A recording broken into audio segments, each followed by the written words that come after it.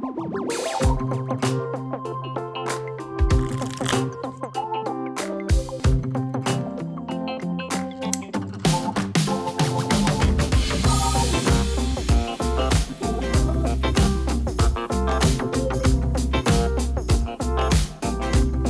everyone, to another episode of Recollection Step, a Grand Archive TCG podcast, part of the Maindeck podcast family. I'm Dan. And I'm Taylor. Dan, how have you been lately? I've been traveling way too much. This is crazy. Yeah. Oh, man. But good. A lot of exciting stuff happening in the world of Maindeck, in the world of GA, in the world in general. And a lot of stuff we're just not going to talk about because it's fine. It'll be fine. We're not going to worry about it.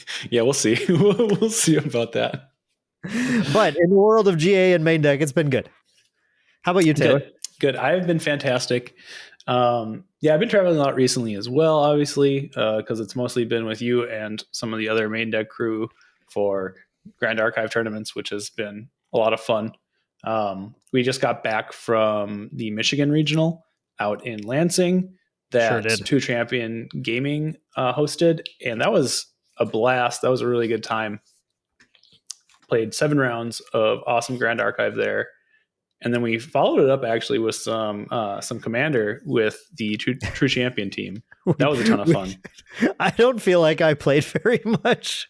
No, you sure did not, actually. I sat there for a little bit. I did something moderately fair, which had 0 actual impact on the game. And then I packed it up.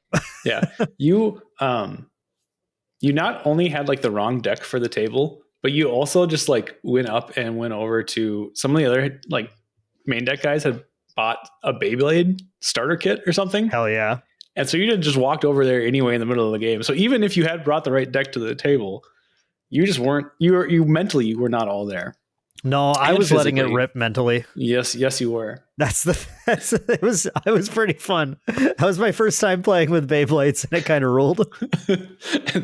I learned they were really, really loud. But that was a good time. It'd be lame if they weren't. That's one of those things where you want it to be loud. No, it's got to be loud. If it's not loud, I don't want anything to do with it. Exactly. Yep, that's how I live my life. Michigan Regional, though, that it was. Put on a great game. It was hosted by AFK Games in Lansing, Michigan, Holt, Michigan. Holt, Michigan. Yeah, like a suburb of Lansing or separate. If you're familiar with the Fargo area, it feels very much like a Horace to Fargo situation. And that's going to be something not a lot of people. A lot of our listeners understand. Really niche. But the those of you in the area, you will understand that. Yep. It would, but the store was great. The store was so spacious. They had tons of product and everything. That was really cool. Everyone seemed to have no trouble getting like food when they had a chance to, which was cool. True Champion Gaming just brought me Taco Bell, which was sweet. One of the perks of judging. Yes. Hell yeah. Mm-hmm. I tried the new Cantina chicken. Pretty solid. I live for that. Yeah. Like I'm dying for them to bring back the naked chicken chalupa, but the Cantina chicken menu it's a pretty good runner up. It's a good consolation. Yes. And then we got to give away a signed avocado salsa packet signed by me, which got given as an additional door prize to one of the random 82 people entered in the event. And it went to Devin from the Maindeck team. Worth. But yeah, good stuff. Had a great time. I accomplished what I set out to accomplish, which was I got the missing point that I needed, the missing premier event judged to be able to get my Cosmic Astroscope CPR. So now I'm just waiting. I'm waiting to get my hands on that thing. I'm so excited. That's gonna be really dope. And you can get back to playing now too, which is really exciting. Even though you won't really be playing still. So I'm playing in still warn you. Store champs. I'm gonna win. You are. Yes. You corralled one of the new judges in the area to judge that one instead. So yeah, shout out to Gabe for stepping up to judge that so I can play. I'm so pumped. Yep, big ups. But we'll dive into like regional results here a little bit more in a little bit. That's going to be the focus of the episode. Before we get into that, though, we're going to bring back the mailbag because we had a really good question in the comments of the last podcast. Yeah, we did. Before we dive into that, I want to say, anytime you guys have any questions or anything like that, we're just going to have an open mailbag.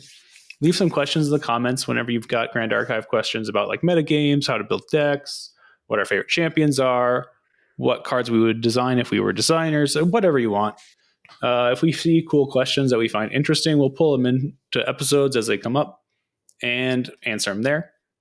And hopefully creates some good back and forth for you guys. We're going to start, though, the user Mythendril, so hopefully I pronounced that username correctly, asks, as a new Grand Archive player, I'm struggling with deck brewing.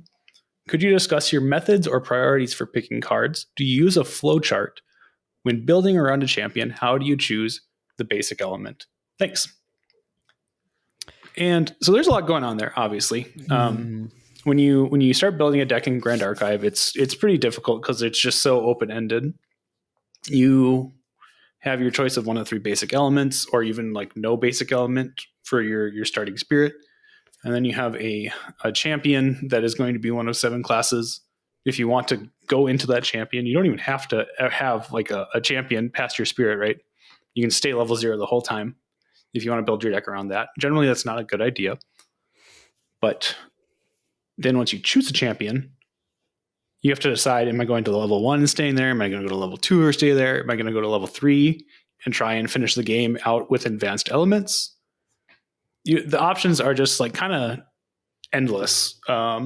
So Dan, what's kind of your starting point here when you are looking to build a new deck?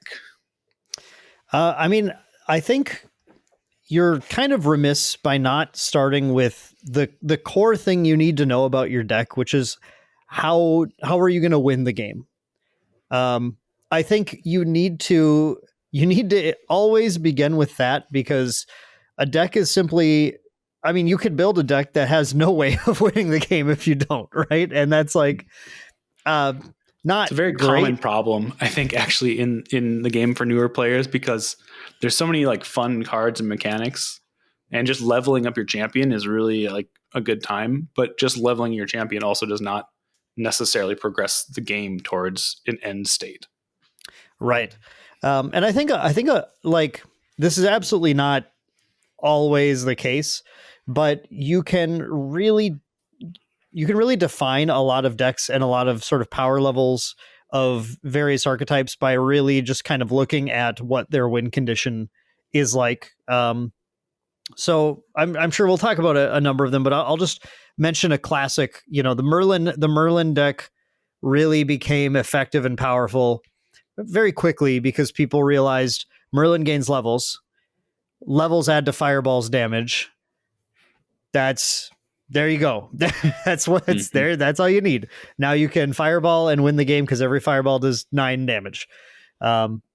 So and then once you have that sort of figured out, then the rest of your deck has to go in one of a couple different directions. But one of the easiest ways is to get a deck that's at least gonna win the game in that way, some reasonable amount, is just figure out what cards need to go in to make that win condition as consistent as possible. So that's kind of like, that's, I think, the really, really like 100 level basic, like that's how I will start building a deck when I'm looking at a new one. Like, how am I going to win? And then what can I put in this deck to make that win condition happen as consistently as possible? And beyond that, when you're at the competitive level, it's like, how does this compare to other decks that do things similarly? Is this more or less effective? Is it better against certain things than other decks?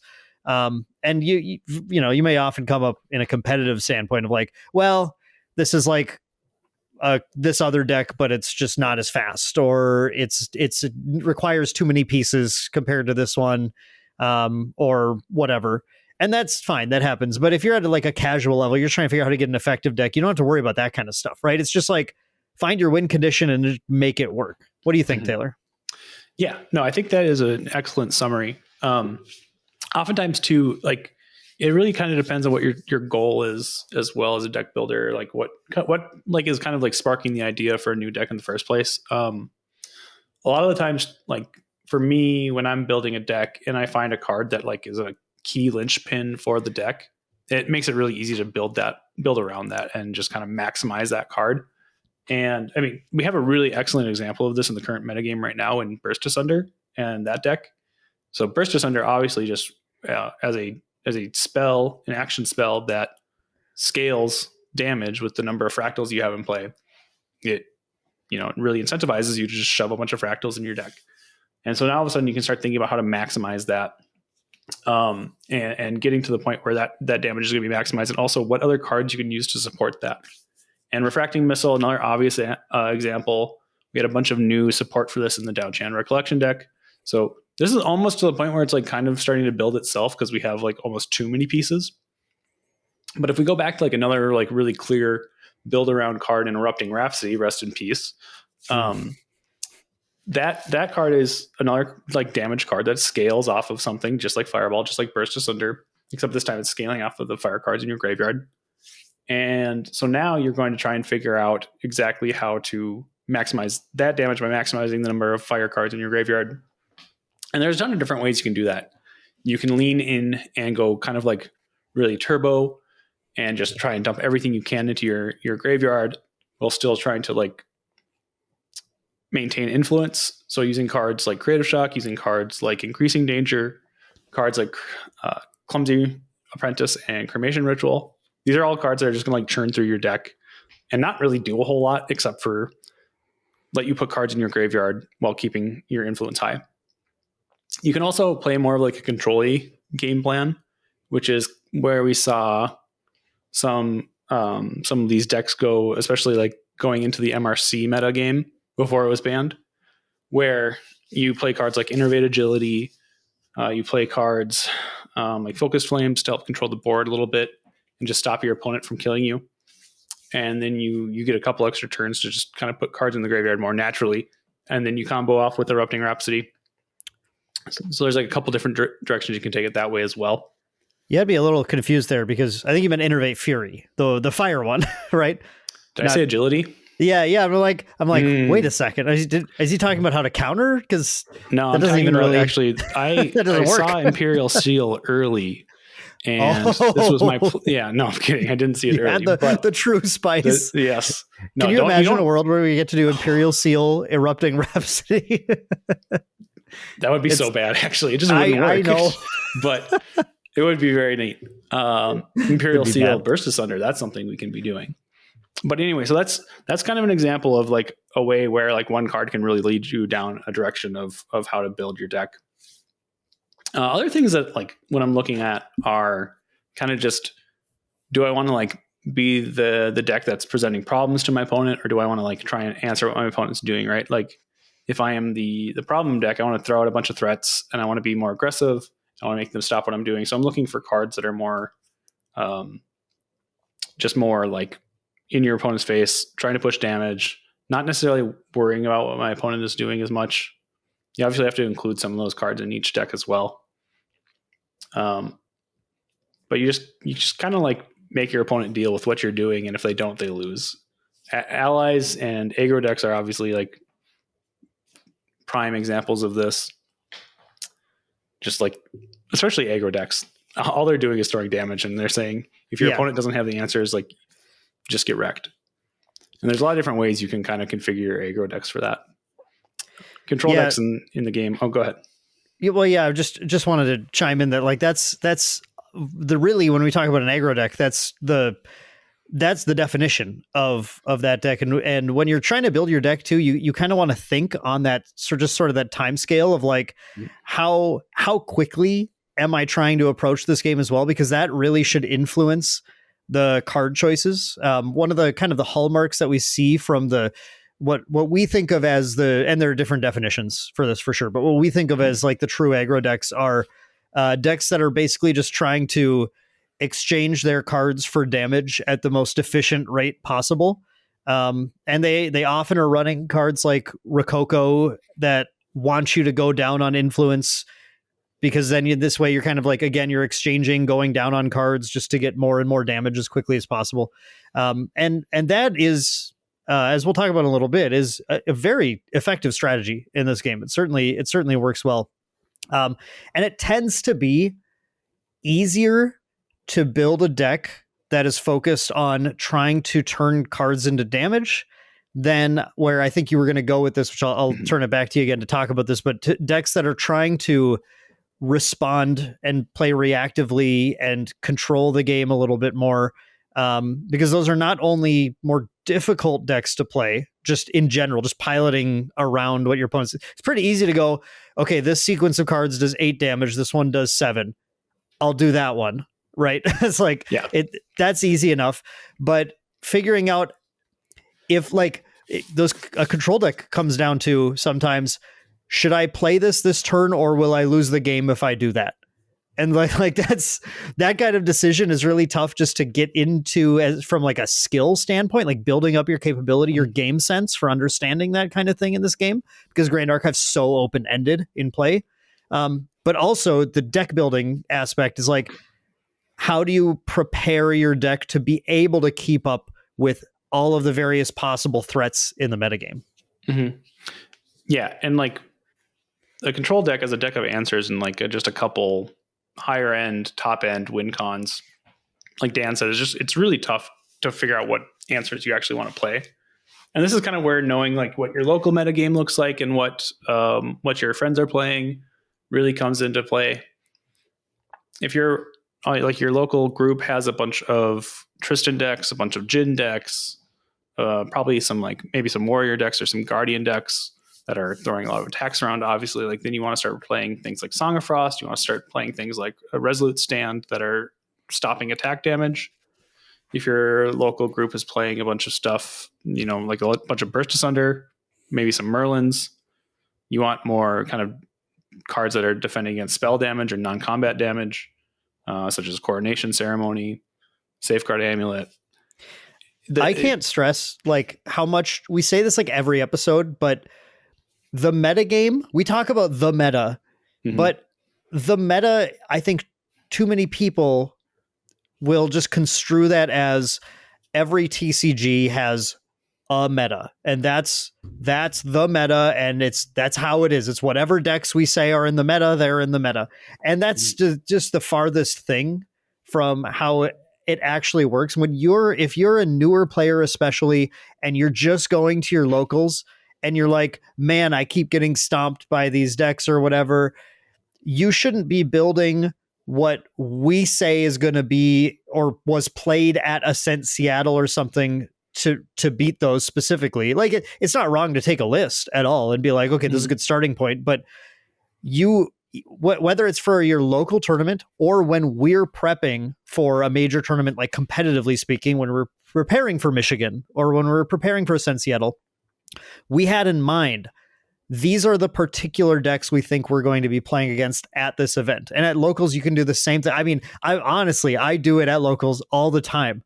I'm like, okay, is Mike going to show up? Cool. Then I'm going to make sure I have anti-Rytech in my, I seriously do this every single time. Yeah. Especially when your locals is only like 8 players, right? Right.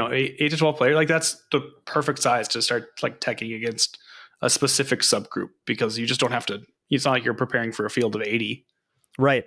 And that's just part of the game. And like one thing about Grand Archive is it is as a very, very competitive TCG, it is a game where going into certain matchups without having the tech can change your win percent by like 30.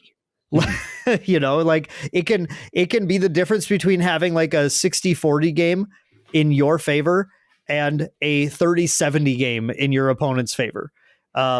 It's like, it's not a thing that you should be afraid of doing. Everyone at your locals should be thinking about this. That's why we have sideboards.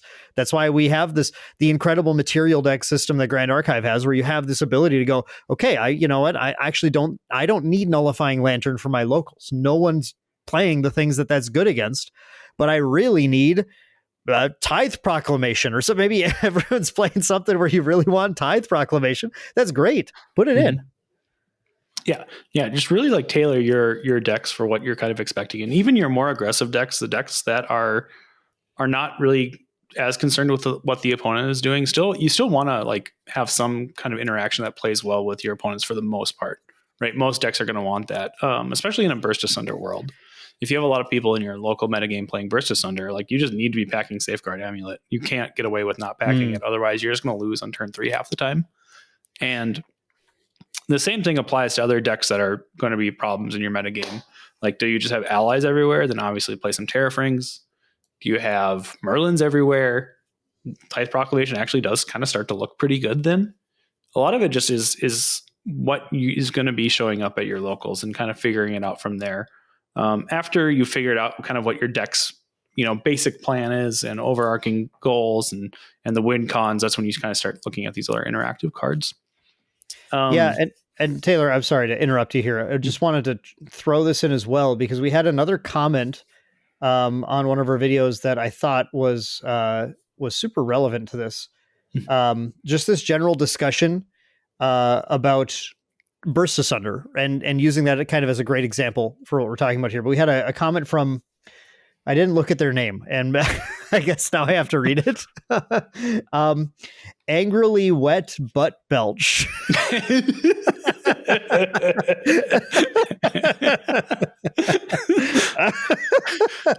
What a username. That's the username of his comment. Okay, so I'm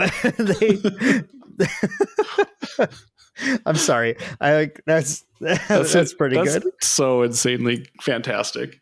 So their comment was, I just got into this game about a month ago.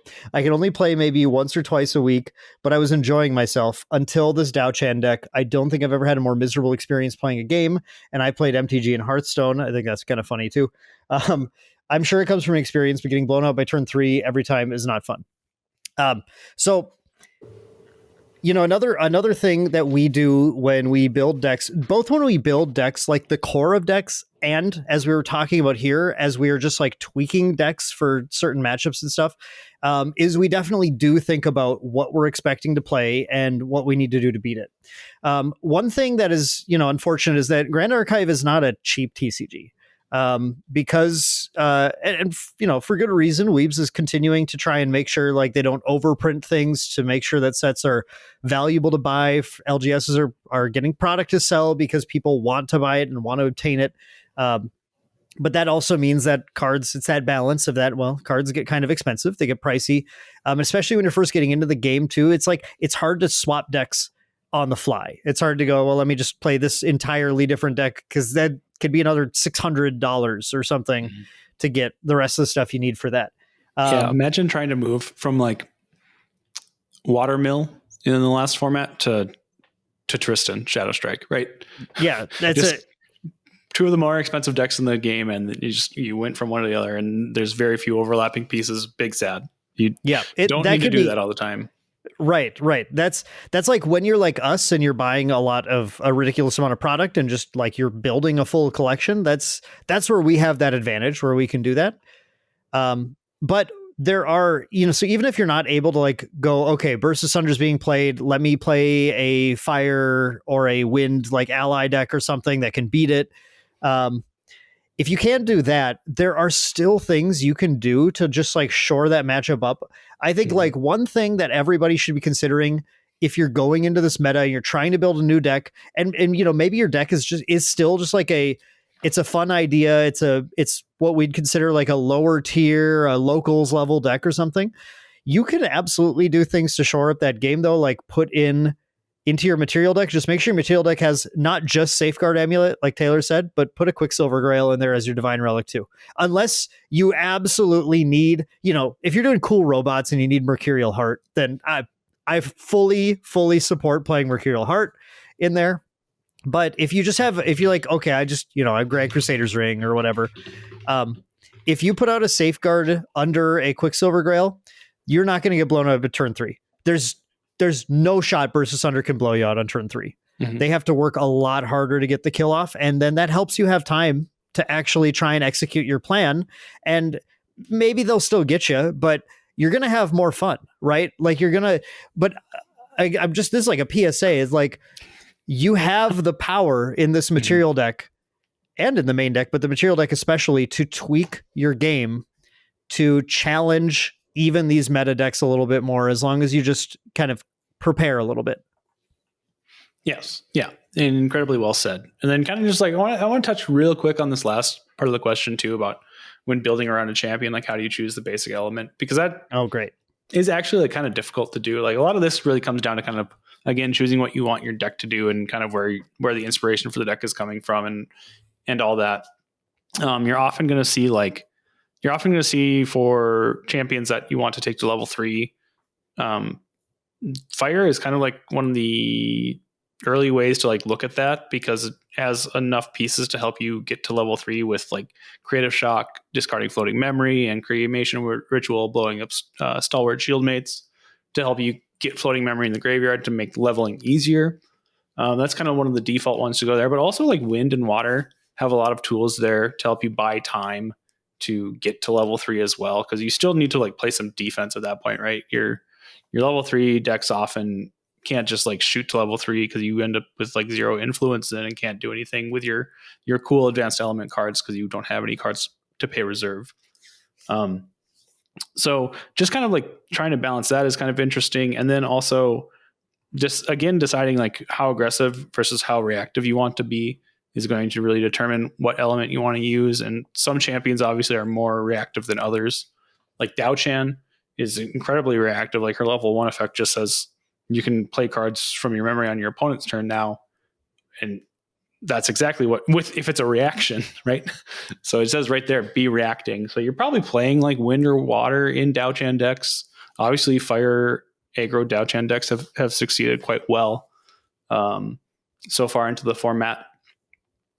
So again, there's like just the basic element really, I think, kind of comes down to really what decks or what cards you want to play and where you are on like the aggro to control spectrum. Yeah, it is a really, really difficult question to answer. And just listening to your answer, like I think the audience will be able to tell that it's not something that we can easily just say, this is how you do it. That's how you pick. I'd say just like anecdotally speaking, from my experience, I don't start so much with the champion and then figure out what element to play them in. That's not usually like the line that I feel like produces the most clear and effective deck strategies. Instead, I just go back to my initial statement was I figure out what I'm trying to do to win. And then I look at the card pool and figure out what supports that the most, which sometimes is a case of like, you know, we'll brew like we'll be like, hey, we're trying to figure out level 3 Dao Chan. Like, how do we get an effective deck like this? And then we kind of are starting at the back end there and going like, what can level 3 Dao Chan do to win? And then which element do we feel like can either, you know, like you were saying, Taylor, help us survive to that point the most, or manage our influence the best to get there. Other times, it's more like Dao Chan's just a good example because we keep talking about it, but it applies to everything. But you look at a card like Firebloom Flourish, and you go, okay, I want to play that. That card's obviously really strong. And then you figure out, well, okay, I don't need to go to level 3. I could go to level 2. I really just need to be level 1 to get everything online. And then the deck can kind of explode from there, right? There are definitely wrong ways to do it. Actually, I'm going to take back the statement I was about to say. There are wrong ways to do it, but those wrong ways are actually still sometimes pretty interesting to explore. Like shout out to all the brewers who are like who look at Triscuits and flipped Lubus and stuff. And you're like, I I'm going to figure out how to win with this, right? Like, that's awesome. I mean, that's actually a really good way to build a deck, is just like, again, going back to kind of just building around a specific card. Obviously, Trisket and Lubu are not going to be like the most competitive ways to win a game of Grand Archive, unless you're at round 1 of US Nats 2024. But Taylor's personal experience.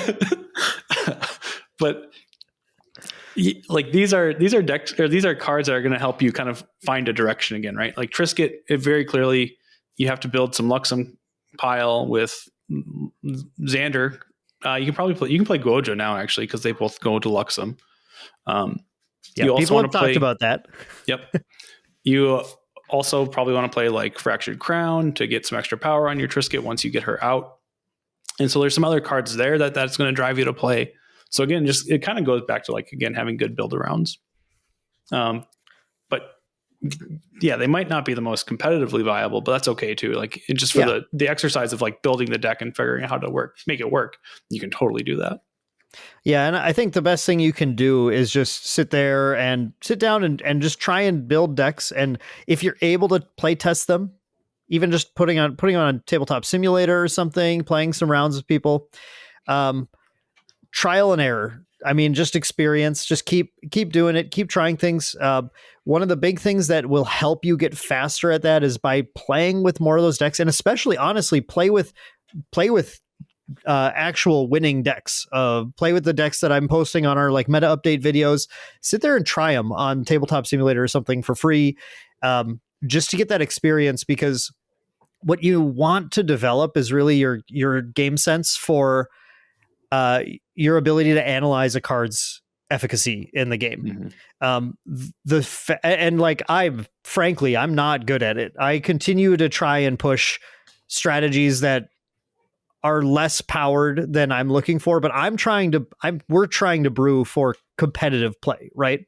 And the decks that I'm brewing, if you slap that together for locals, you can win locals with them for sure, right? They're like I'm mostly hoping Taylor nods right now, so I don't feel too bad about some of the decks that I've thrown together in the past. But yeah, I mean, just the more you play, especially with good decks, but also with your own brews, the better you'll start to understand the limitations of cards, and the better you'll start to see some of the combinations of cards that will lead you to success. And the better time you'll just have with the game in general. So I'd say just keep trying. Mm-hmm. Yeah. And yeah, thank you very much for the question. I hope that helps answer it and gets you kind of set on a path to brew some better decks and have a little bit more, what's the word? Fun. It's success. Intentional. Oh, okay. Idea for constructing these things. Sure. Yeah. But also, yeah, have fun. Obviously, because Grand Archive is an incredibly fun game, and that's why we're playing it. So this was not included as a mailbag question, okay. but I'm going to include it anyway because the comment made me laugh. But Murgledew asks, Glimmering Refusal makes me want to vomit, grinning face with sweat emoji. And I agree. Glimmering Refusal makes a lot of people want to vomit. And I only bring this comment up because, one, it was funny. And two, I'm really hoping to make a lot of people vomit over the next couple of months. So, yeah. Thank you, Murgledew, for your contribution as well. I do think this is definitely something we're seeing in the wider, the local level, more casual players, but also competitive players are expressing this. But there is definitely some concern about the Burst Asunder deck. I think largely from what feels like Rex in a comment from Chess Club had talked about unfair feeling win conditions, and labeled Burst Asunder as an unfair feeling win condition, which I think is 100% fair. It is a card that is worded perfectly to be the most powerful it possibly could be. And Glimmering Refusal is a component of that deck, just like Burst Asunder, and just like the damage spells, especially when Dao Chan gets to use Shimmering Refraction.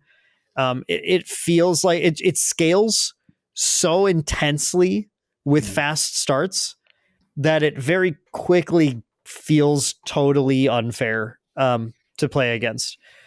I mean, I think, and if I could just put any this is a really funny comment too, which I totally agree with, but if I can put any serious commentary in it, it would be that the one thing that Burst Asunder has, like its major kind of Achilles heel, is that Burst Asunder has no room in the deck to pack actual like counterplay reactions to most stuff. All it can do is basically throw those glimmering refusals in, maybe a couple frostbinds, and then praise. That's enough to get it through. So the big thing you can do, again, other than packing things like really just put that Quicksilver Safeguard, seriously, put Quicksilver Safeguard in your material deck. You'll have a better shot for sure. 100%. Coronation Ceremony is actually like incredibly good against the deck as well. Like that card is an all-star for sure. But you basically just have to put more problems than they can deal with, because your goal is really just force them to use their refusals on the worst possible thing. As soon as you can get them like refusaling your ally, that's getting to be a good position to be in that game, because you're running the auto 7, especially when you get them to Shimmering Refraction or Refracting Missile your ally. They only have so many ways to win the game and only have so many ways to stop you from stopping them. So and a lot of their deck is just drawing, like they'll just draw fractals instead, which are not always what they want to draw. So I know it. I agree. It doesn't feel super fair, but like when we look at the tournament results, which we're about to just do some more recap of that, it is in the competitive scene contesting the other ones, but I understand that doesn't translate to the feel of playing against it either. Yeah, no, absolutely. And yeah, when you're going against it, remember they only have 4 glimmering refusals, right? So like they're not going to have them all the time. And if they're wasting them on like your lurking assailant, yeah, that's fantastic. That's exactly what you want to see. But that is it for the Mailbag segment this week. That was the whole podcast. Yeah, it was pretty good, wasn't it? This was, we're like halfway in. It was half of the podcast. Anyway, if you guys have awesome questions or even lackluster questions, throw them in the comments. Say you want to throw them in the mailbag. We'll get to them. And yeah, it's going to be a good time. And thanks again to everybody who's commenting without questions even. Dan, before we get to, we're going to go over kind of the recent regionals here that happened over the weekend and kind of recap where the metagame's heading, what's happening, what decks are being played. Before we get to that, could you please tell the listeners at home or in their cars or wherever they are how they can help support Maindeck and the podcast? It's going to be different this time, actually. I'm going to say something different. Wow.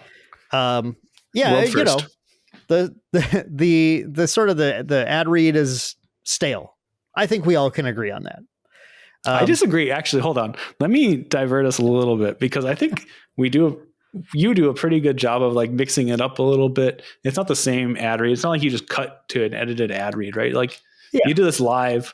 They're not like your shorts. They're not as short as they should be, but you do a pretty good job. So like, we can, it's not that stale. Okay. Well, I'm still going to make it a little more interesting today. Today, dear listeners, I'm going to mention, of course, that you can like, comment, do all that stuff on the video. Love that. Subscribe to the channel. But also, today I'm going to shout out one particular thing, an item that you can get at jwwcards.com, which are our new Mighty Wallets. For those of you listening to the audio feeds and not watching the YouTube video, first of all, you're missing Dan just like fumbling with this wallet. That's because my credit card was in there. And I'm like, actually, I'm going to pull this out before I show anything off. But we have these new Mighty Wallets featuring artwork by Hanh that are available on jwwcards.com for $19.99. Mighty Wallets are Tyvek material wallets, which are really cool. That means they're super lightweight. They're expandable. This is actually just one sheet of Tyvek that's origamied into this shape, which is actually really dope. It's got card pockets. It's got multiple money pockets, and inside, which the visual listeners can see, there's a really cool collage of logos: the Maindeck logo, the J-Dubs logo, and Hanh signature. as well as you have symbols for victory and defeat.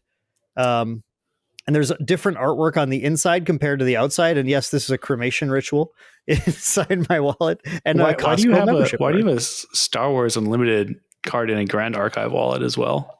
Well, do you want to see why, Taylor? Well, okay, I guess it's not necessarily, it's Hanh art, but it's not necessarily a Grand Archive wallet. But yeah, I would like to see why. Thank you. Oh, excellent. It's the Han face art. That's very good. Yeah, it's good. I love that Han art is so good. Quick divergence. I know this is a Grand Archive podcast, but to all the Star Wars Unlimited art haters out there, you guys are all so incredibly wrong. Star Wars Unlimited has some of the best Star Wars art I've ever seen out of any media ever. It's fantastic. Yeah, I love it. Mm-hmm. But anyway, if you want to pick up your own Mighty wallet, we've got these available on the JDubs website, jwcards.com for $19.99. Link will be down in the description below. You can head on over there and grab it. Try it yourself. I think some people are like afraid of the Tyvek material because it's like, this isn't like a thick like leather wallet or anything, but it's this stuff it's made to last. It will last a really long time. And then when you're done with it, it's totally recyclable, which is really cool too. That is really neat. Anyway, awesome. That's it. Yep. Support us, buy the wallet. Love it. Enjoy it. Appreciate that. Moving on.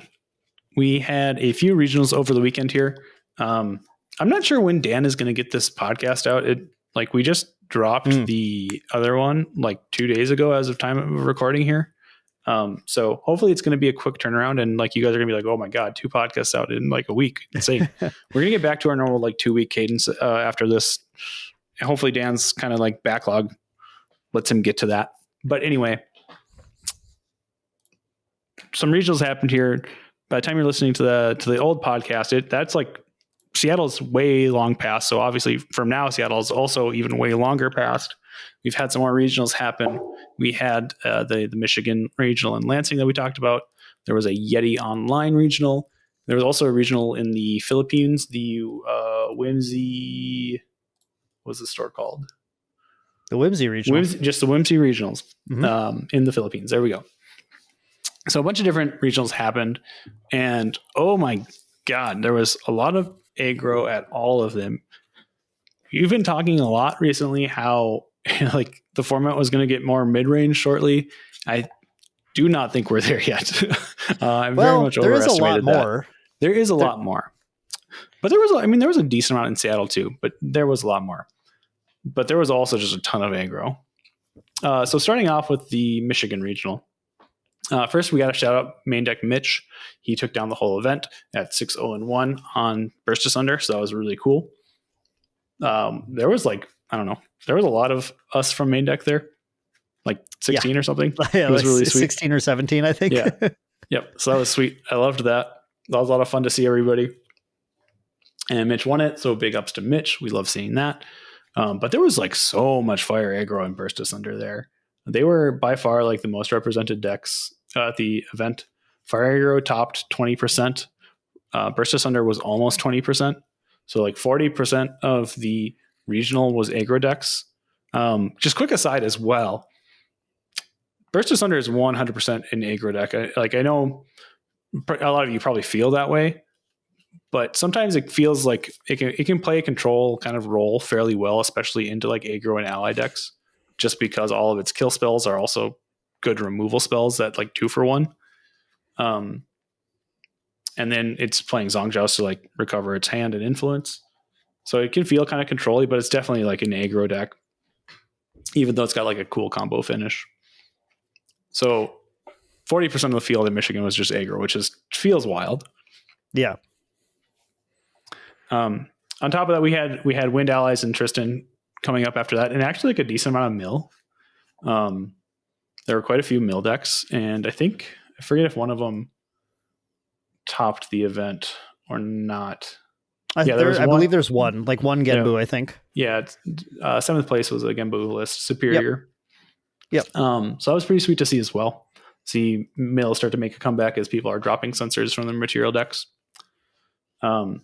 And that translated like the overall kind of composition of the metagame translated pretty well to the top cut as well, where Burst Asunder And then all like the wind decks were kind of the most represented decks in the top cut. There were a couple fire aggro decks as well, but wind kind of like took over against fire aggro throughout that event. I also want to call out Yoitsu, who was playing this really, really unique Yoitsu, and also 40%, who I think is a GA kind of OG. They were playing this really sweet Wind Allies Overlord Dao Chan list. And that is Overlord Mark III from Mercurial Heart, the 5/5 4-cost unique ally Guardian Automaton that, as an additional cost to activate this card, sacrifice 4 power cells, has Interrupt, Spell Shroud, Steadfast True Sight, and at the beginning of your end phase, you may banish an Automaton card from your graveyard. If you do, put a buff counter on him and draw a card. And this deck is sick. This deck is so cool. So cool. Yep. It's essentially just like a water automaton allies list, like has a bunch of stuff for power cells. It's cleric, so it gets to run cell converter for just generating a power cell every turn at the beginning of the end phase. Card's insane. But it's very good, by the way. Yes, like Dan said. What is that card? This deck is just generating like a ton of value. It was very much prepped for like the Burst Asunder meta too, is running 3 Blanche main because it's our Dao-Chan. They could run Ingredient Pouch and also Automated Gardener, which is a new 2/3 automaton cleric ally from Alchemical Revolution Alter Edition that gathers on enter as well. So like you can actually roll level herbs to get to level 2 to play Blanche at fast speed, even if you don't put her out the turn before anyway. We saw that happen. That was super. I didn't talk about that in the metagame update video because I'm trying to go so fast through there that like I don't always have time to talk about all the cool interactions. But like that and Automated Gardener just making fracturized targets for you is really sweet too. Yeah. No, there's a lot of really sweet synergies here, and a lot of this was like kind of all because like Critical Recovery, which is an MRC card, is a cleric spell reaction, so you can play it from memory with Dao-Chan's ability. That's what Yoitsu said was talking to him about it. That's what he said was why he built the deck. He saw that interaction. He's like, that's cool. And then built this deck and then took second place at the regional with it. And he said, I did not expect to do as well as I did today. Like, deck was awesome. Deck is very, very cool. And yeah, Overlord, like when you can play Overlord, that thing is a house. It's so hard to deal with. Yeah. Spell Shroud does a lot for it. Obviously, Dream Fairy is good against it, but you still get some value out of it anyway. And like, if they don't have Dream Fairy, it's very hard to kill. Yep. This was sweet. Yeah, I lost to this on stream at round 5, I think. No, it was round 6. Round 6. That was a super fun match. Like a lot of back and forth. It was sweet. So if you are looking for like a cool new list to check out, this is the cool new list to check out. For sure. Yep. Definitely the kind of start of what we hope is going to be mid-range spring here as we move into April. But yeah, excellent list. That was kind of it for the Michigan regional. Moving on to the Yeti Online regional. This was kind of more of the same from Michigan. We had a lot of Fire Aggro. We had a lot of Burst Asunder. We followed up. We had some Wind Allies, some Shadow Strike. There were a few wheel lists as well. A lot of the top cut was kind of more the same as well. A lot of Burst Asunder, a lot of Wind decks. Tristan had a really good showing, actually. Gorothos won. Yep. Gorothos topped the Michigan regional, but didn't quite get to the first place or anything. But then Yeti crushed it. Yep. Yeah. So Tristan is in a really good spot right now. Not anything too crazy happening here, at least as far as I saw. I didn't take quite as much of a look at this one as I did Michigan and the Philippines regional. It was really big. Slimes. It was, it was 171 players. It was insane. I think it was the biggest Yeti regional, their biggest online regional yet. I think so by like 40 players at least, right? Yeah. I haven't looked at the actual event sizes recently, but it was very large. There was a Slimes list at 10th as well, which is really cool to see that they're not completely and totally dead. Yeah, well, I talk about that in the metagame update video as well, because I love that list because it's a Fire Serene slime list instead. Serene is crazy. The Serene's awesome in there because all those fire cards, you don't need to play them once you reach level 3. A Slime Eruption is the only one that you'd would kind of like access to sometimes, depending. But yeah, I mean, this is a 31 health Sylvie that, and also because you don't have, I'm sorry for just rehashing myself in that video, but because you don't have Baby Gray Slime anymore, you don't need to start with 7 cards to go Baby Gray Escape. Which you actually could do on 6 cards too, just to be clear, I guess. But whatever, it's you don't necessarily need to find that combo or whatever, and instead you just can use the glimpse to find your cremation rituals and just go to town. Yeah, it's actually really sweet. They also cut forest cakes in favor of Library Witch. Indeed, they might have been doing that already anyway. That was Library Witches were creeping in. Okay. To those libraries and stalwarts. I know like Henke was playing lots of stalwarts. Yep. Who's probably the most prominent Fire Slimes player. And now we have Ordinary Horse in here. Let's go. Much better than like Ordinary Bear as well, because it doesn't get hit by your Gaia Songbird when you're playing that. Exactly. Like you actually have some really nice floating memory options now. Exactly. So this, and the list is running for Gaia Songbird as well, just going like, yep, I'm just going to get to level 3 and then I'll figure out winning the game after that, to the point where it's not running Kind Beast Caller either. And I think, like, to me, when you're in Fire, all of that stuff starts to make more sense, because like if you can't find Baby Grays or Baby Greens with the Kind Beast Caller, then it's only really a bad Songbird, a lot of the time. Yeah.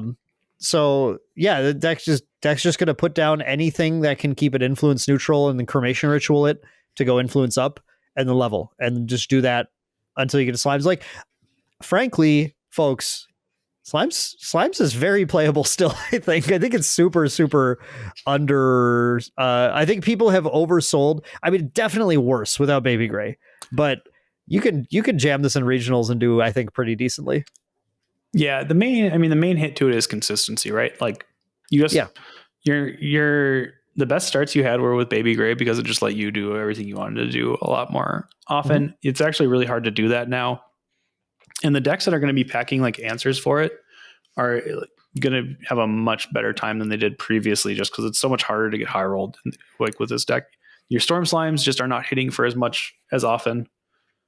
You still get to like do ethereal slime things, but again, if you can take care of that first one, now all of a sudden the deck is much less threatening.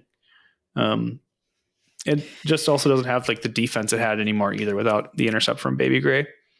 But so this has Library Witches instead, so it's not like that's fair. Yeah, it's not fair. Missing out on the defense portion at all. I mean, I think the big thing about Slimes in favor of her right now is just that nobody's preparing or expecting it. That's until people start putting in redirect flow, which you definitely never want to see as a Slime player. They're going to have like stuff like Safeguard, but Safeguard, it was never much more than a Band-Aid against the damage Slimes actually could deal. And the reliance on Baby Red and Cremation Ritual actually sets up your Gaia's Blessing fairly easily in Fire. And Fire can still like get to 10 cards and level 3 at the same turn. Like that still is a thing that it does. And when that happens, Glimmering Refusal can't even save you. Like you're just going to get destroyed really quickly from experience. Yeah. The last thing I want to note with this Slimes list is that they did not play Safeguard Amulet in the material deck, which seems absolutely wild to me. That's pretty insane. They get Beast Spawn boots though. Never mind. They have the boots. They get Beast Spawn boots. That's totally no. But you can play both, and that's really you can insane. see that's the thing is you can play both. But I think that's another cool thing about Slimes right now is we were talking earlier about Quicksilver Grail and how good it is putting your protection card underneath it, like Safeguard, or in this case Boots too. And that is something that the deck doesn't even have to stretch to do. It just goes, oh, is it Burst Asunder? Cool. I'll just Safeguard Boots, and now they have to kill all of my Slimes always, or I stop their Burst Asunder. Which is why I would also think about Grail or Amulet as well, because Amulet isn't contingent on keeping allies in play. But whatever. Either way, and they get Covenant, and I don't know. I'm kind of like, I'm a little like, I'm a little slime pilled. You're ready to jump back in. It's I don't know. There's just an opening for it, and I love the Serene Fire, and this is a cool list. I don't know if there's an opening for it. I still don't necessarily agree with that. I think the format's actually like a little hostile to it still, just because there's so much aggro, especially since you're on fire instead of like Spirit of Slime and don't have Gather Slimes. But you're 31 health. It is nice to see this list get adapted, I will say, and be in a kind of a more manageable position going into the metagame and not the menace that it used to be. I don't know. Stalwarts and Library Witches with Serene. Aggro's not that good at killing you. Plus, it's running 4 Lustrous Slime as well. Yes, that's fair. That is fair. I don't know. I'm just saying. Anyway, let's move on. Let's talk about Philippines. Yeah, that's what I was trying to do. Sorry. It's all right. We'll go to the Whimsy regionals in the Philippines. It's kind of like the return of the Slimecast. You know, isn't everyone nostalgic for that?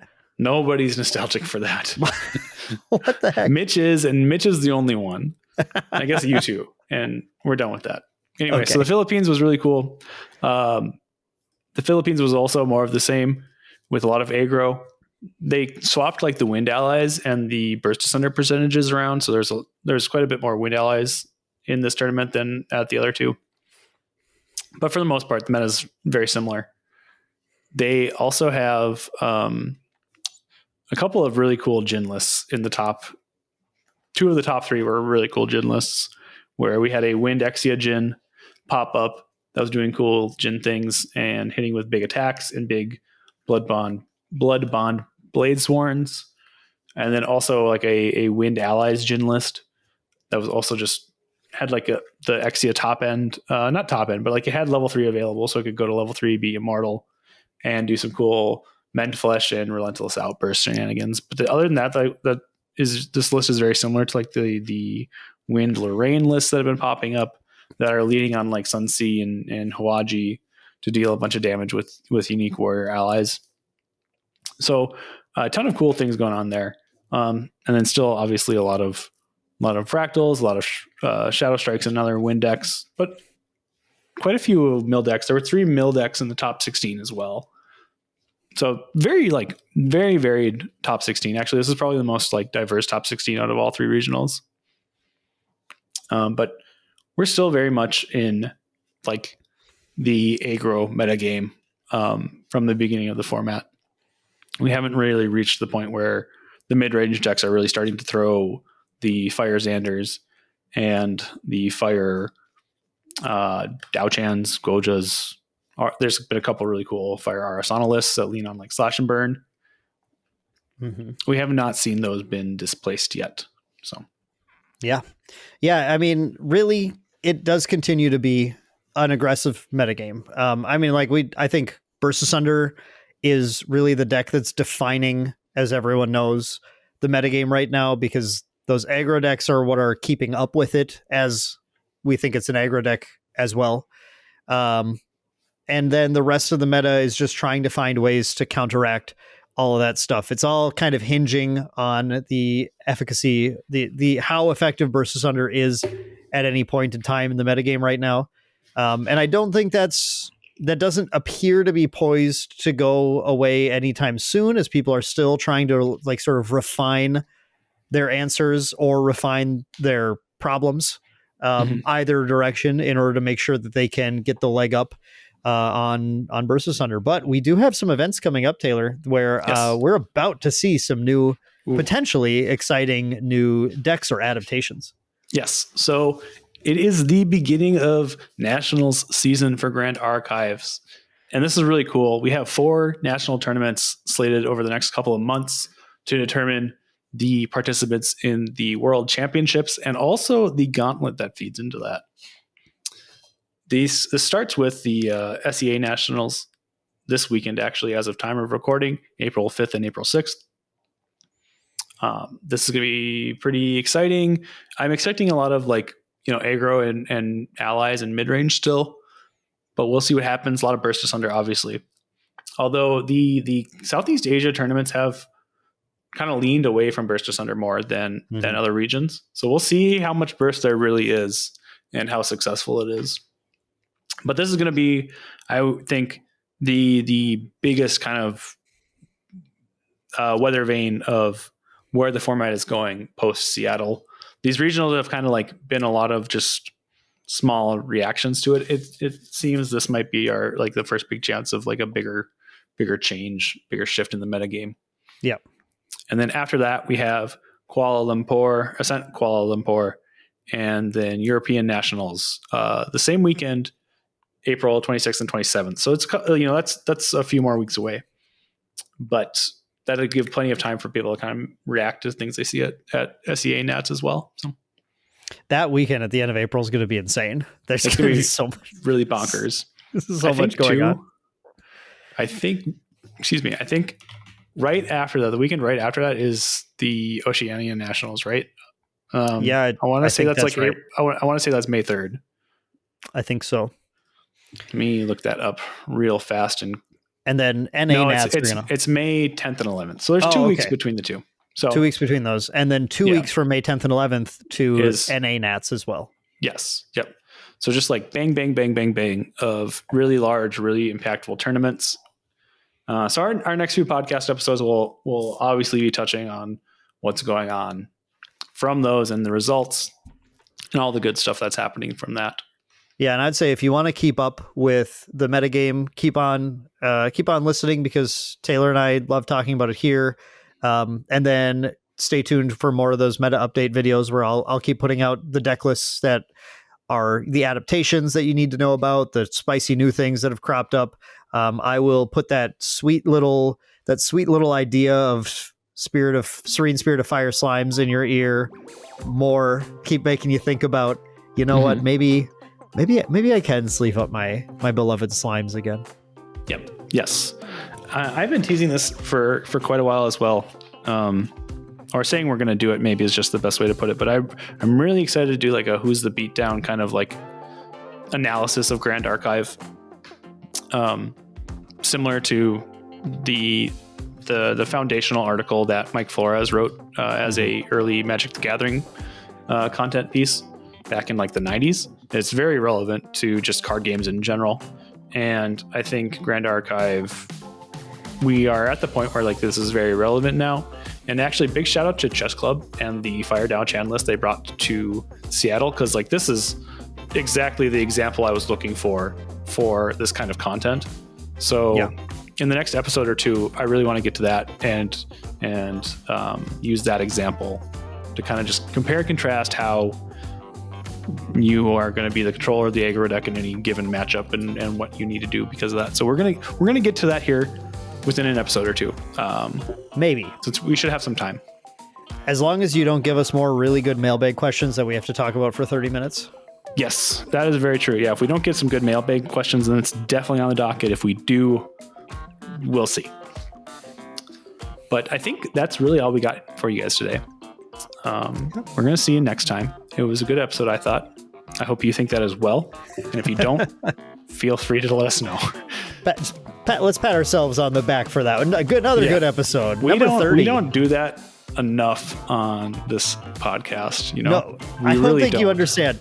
We had a comment 2 episodes ago where someone it's a hilarious comment where at least gave me a good laugh, where someone said they expected they watched the whole episode and there were 0 card pictures, which was demonstrably untrue as well.